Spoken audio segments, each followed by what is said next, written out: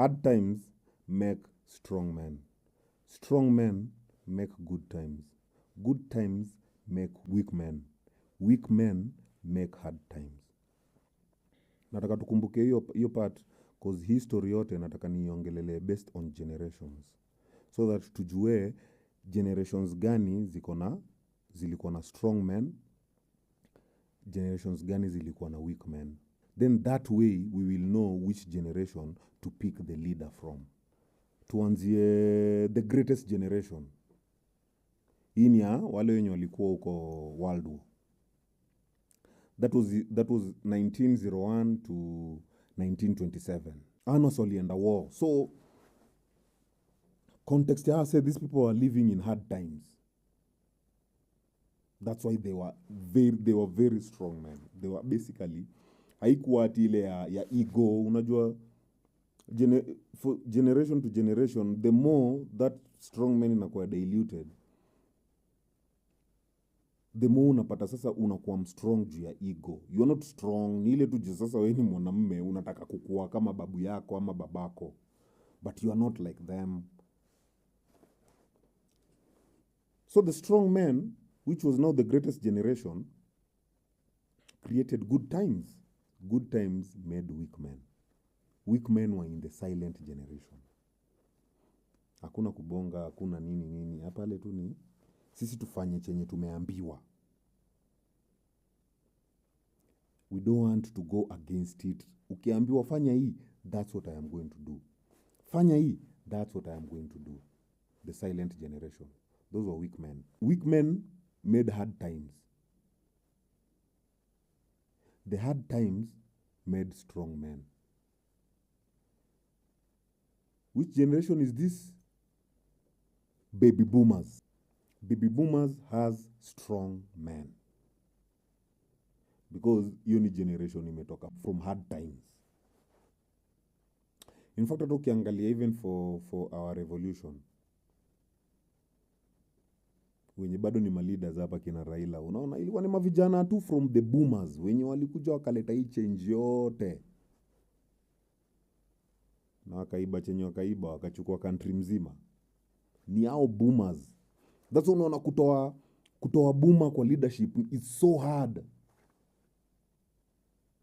Because generation, our boomers, the strong men made good times. The good times made weak men.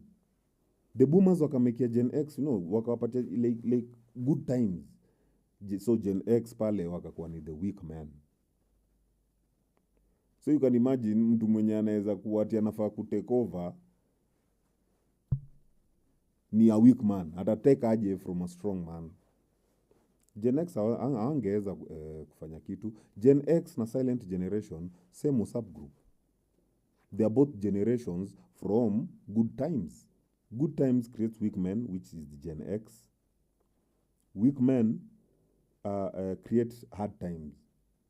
Now that's the next generation. Hard times create strong men. Hapo sasa ndo millennials wako. Millennials wako hapo kwa sasa strong men. Na if now tunataka yule mwenye ata take over leadership from the boomers, the leadership should be coming from the millennials generation. Weak men ni sasa hapo tunakuja hapo kwa Gen Z. And it is evident, usiingize kwa maandamano. Maandamano has nothing to do with the men. Maandamano has everything to do with both genders. It is just basically just, unajua, hiyo generation in whole, wakiwa na millennials, both, it's just the generation people were tired. It has nothing to do with the men. Gen Z, hapo, tuseme hapo tufai pia kutoa leader. Leader next mwenye anafaa kutake over millennials, meaning, saizi millennial, leader yote, watu wanaingia leadership on the millennial, wapatiwe time frame ya kutoka millennial to Gen Alpha to make a fucking change. Because now Gen Alpha ndio inafaa sasa kutake over. Now, how do we break these generational curses? Hii generational stupidity tumekuwa tukiflow tu nayo. Yenye generation sasa ndio ikitaka kuchukua leadership ni vita. or generation haitaki kutoka kwa leadership. How do we break that curse? That is basically a generational curse. Mtu hataki kuacha kiti. Unataka uuliwe ndio utoke kwa kiti, ama unataka yani upigwe ndio utoke kwa kiti, ama unataka yani, it has to be an entire drama ndio utolewe kwa hiyo kiti, an entire event. So how to break that chain? We have to adapt our system. We have to adapt to the current system. As we are not adapting, we are stuck to a system that was given to us by the greatest generation. Totally different context. That system has passed through 2 weak generations. The silent generation and the generation X. It has been totally diluted. That's why right now everything is fucked up. Because we are not adapting to reality. We are not adapting to how things are right now. Unakuja unaniambia si nimekusomesha, enda katafute kazi. You clearly know that's not working right now. Unaniambia paka saizi president kwa campaign amata leader yote, it has reached a point yenye anasema atawagetia jobs. That is a pointer. A bare minimum imekuwa pointer ati nitawagetia jobs. We need to adapt. And right now the current system is demanding for accountability and transparency. That's what the current system is demanding for. We need to adapt to that. So meaning leaders wote wenye wanawekwa saizi from the millennials, that is the motto. Wizi hiyo achieni, hiyo tunaikatisha. We are breaking that generational curse. We are breaking that chain. Corruption, we are breaking that chain. Saizi Buddha tunataka kuona if tunakupatia pesa, how are you spending that money? Be transparent about it. Whether umejenga ama hujajenga, we eka then sasa tujue, because you are our servants. We've employed you there. You being a leader doesn't give you at sasa the audacity ya kuona you are better than our watu wenye una serve. No, you are not. You are not even superior. You are our representative. You are our messenger. Hapa ziati ni ile time ya king, unapata since hii family imejulikana na leadership, au ndio king, prince, after prince anakuwa hivyo. Yani leadership imewekwa kwa family moja. No, we are not in those days, bro. Saizi tuko kama we ni leader, we ni servant. Now for you to be a good leader, you have to be a good servant. So itakuwa ni based on accountability na transparency. That way hakuna mahali ikifikia time ya Gen Alpha ati kuwapatia tena itakuwa vita. We would have shown them yani unajua hivi ndio venye tunasonga. Now ikifika time ya Gen Alpha ile ya kupeana nini, it will now adapt to what is needed then. Jua hapo kutakuwa na generation ya mandugu zao wadogo after Gen Alpha. So mahali tumefika saizi, it might seem like a far-fetched rabbit hole idea. But just think about it, manze. Think about it. You want a leader who's from a strong generation. You don't want a leader from a weak generation. People from the weak generations, the leaders in the weak generation are on survival mode. I say they will sell you out for, bro. People in survival mode anaweza kusell out for anything, bro. Anything, bora ako sawa. Hata kujali, hata jua whether if this thing is going to affect you, hata jua kama hii kitu itakuua, hataki kujali, bro. Everyone for himself. Those are people on survival mode. And those are people in the weak generation. We can't give leadership to those generations. Hata nadawa. Thank God silent generation saizi wengi wao ni wazae ama wamededi. Wenye ni wakubwa wetu ni Gen X. We should not allow any leader to come from Gen X. Tukate hiyo, tuseme wenye wamekuwa ni sawa. We are now done with that generational curse.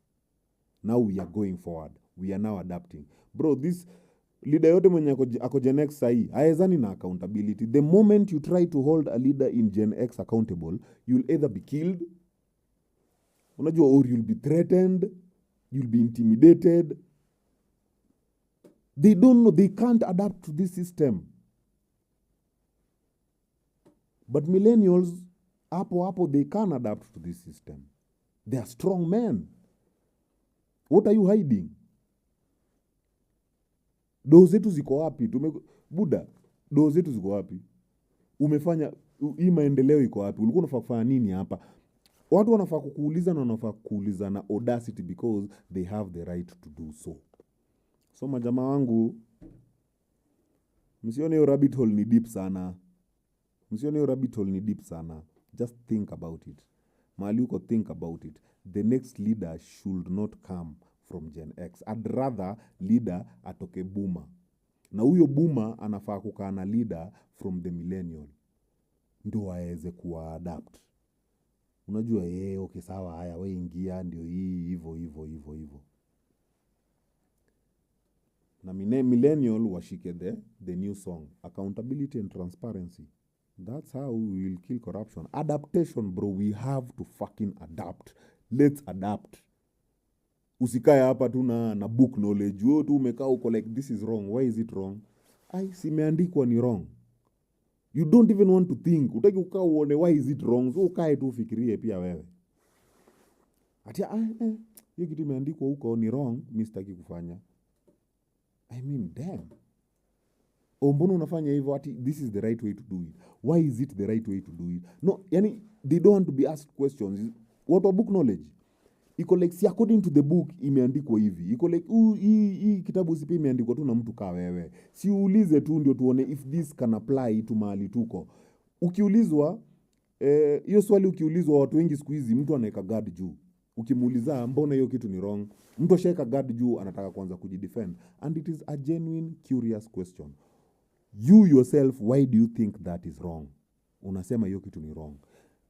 Peana answer logical. Useme by the way, this thing is wrong because of this and this.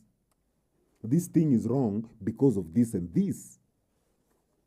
Lakini si imeandikwa bro. Buda wewe ujue hiyo kitu imeandikwa it is wrong. Huku imeandikwa it is wrong. Bongolala, umejifunga akili, you don't want to open up, and the moment you are approached, it is a war. You now become on defense mechanism. When you become on defense mechanism, what do? Anyone who turns to anger